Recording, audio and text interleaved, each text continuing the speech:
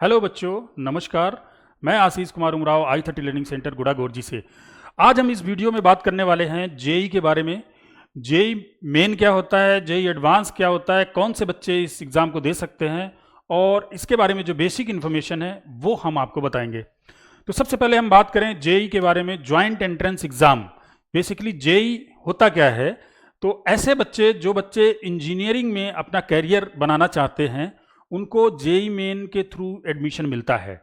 JEE main basically ऐसी universities, ऐसे technical institute, ऐसे टेक्निकल कॉलेजेस जहाँ पे बी और बीटेक कराया जाता है, बीटेक कोर्स में एडमिशन मिलता है, उसके लिए आपको कंपल्सन है कि जेई मेन का एग्ज़ाम देना। दूसरा, ये एक क्वालिफाइंग एग्ज़ाम है आईआईटी के लिए। इट मीन्स अगर जब आप जेई मेन देंगे और उसमें से टॉप 2.5 लाख में आपका रैंक आएगी तब आप जेई एडवांस का फॉर्म भर सकते हैं, जो कि होता है आईआईटी के लिए। बेसिकली जो टॉप कॉलेजेस हैं, आपका टेक्निकल इंस्टीट्यूट जो हैं वो आईआईटी है। उसके लिए आपको सबसे पहले जेई मेन देना होता है, उसके बाद जेई एडवांस देना होता है। और उसके बाद जो NIT, triple IT, other technical institutes होते हैं या कॉलेजेस हैं या यूनिवर्सिटीज़ हैं टेक्निकल, उनमें जो एडमिशन मिलता है वो जेई मेन के थ्रू मिलता है। तो मैं यहाँ पे सबसे पहले बात करूँगा जेई मेन की। जेई मेन बेसिकली साल में 2 बार होता है, एक आपका जनवरी अटेम्प्ट, दूसरा अप्रैल। दोनों में जिसमें आपके परसेंटाइल ज़्यादा होती है उसके आधार पर रैंक बनती है। इट मीन्स एक बच्चे को 2 चांस मिल जाते हैं कि अगर पहले में अच्छा सा परफॉर्म नहीं कर पाया तो वो अप्रैल वाला अटेम्प्ट दे के अच्छा परफॉर्म कर सकता है, और उसी परफॉर्मेंस के हिसाब जिसमें आपकी अच्छी परफॉर्मेंस आएगी फिजिक्स, केमिस्ट्री, मैथ में, तीनों में, उसके आधार पर रैंक बनाई जाती है। और फिर आपको जेई एडवांस का फॉर्म उसी एलिजिबिलिटी के ऊपर देना होता है।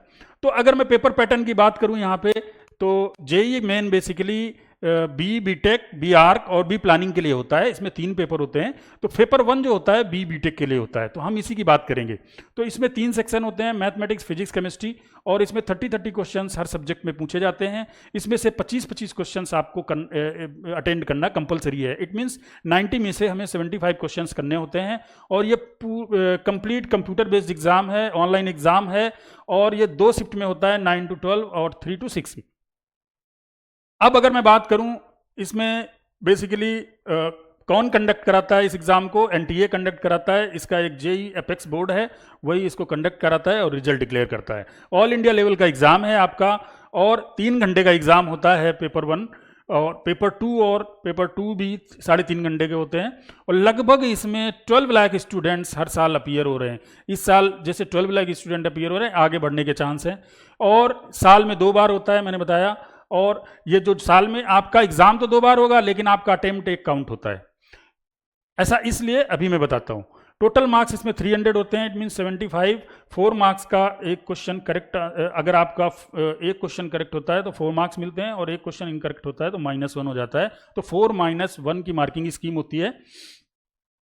और अगर बात करें यहाँ पे जेई एडवांस से कंपैरिजन कराएं, तो सबसे पहले मैंने बताया कि जेई एडवांस के लिए आपको एलिजिबिलिटी क्राइटेरिया जो है वो 75% मार्क्स होने चाहिए आपके 12th क्लास में और फिजिक्स, केमिस्ट्री, मैथ्स में।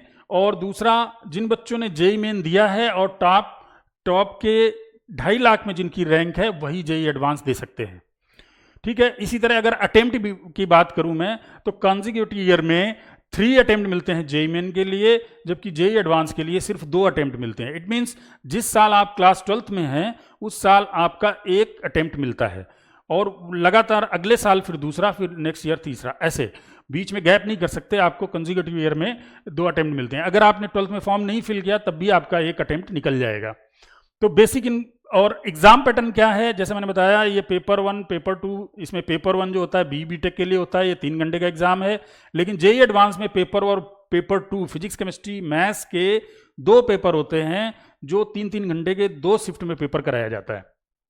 इसी तरह अगर सिलेबस की बात करूं तो इसमें स्ट्रिक्टली क्लास 11th और 12th के फिजिक्स, केमिस्ट्री, मैथ्स के सिलेबस को सीबीएसई का जो एनसीईआरटी सिलेबस है उसको फॉलो किया जाता है, उसी से क्वेश्चंस आते हैं।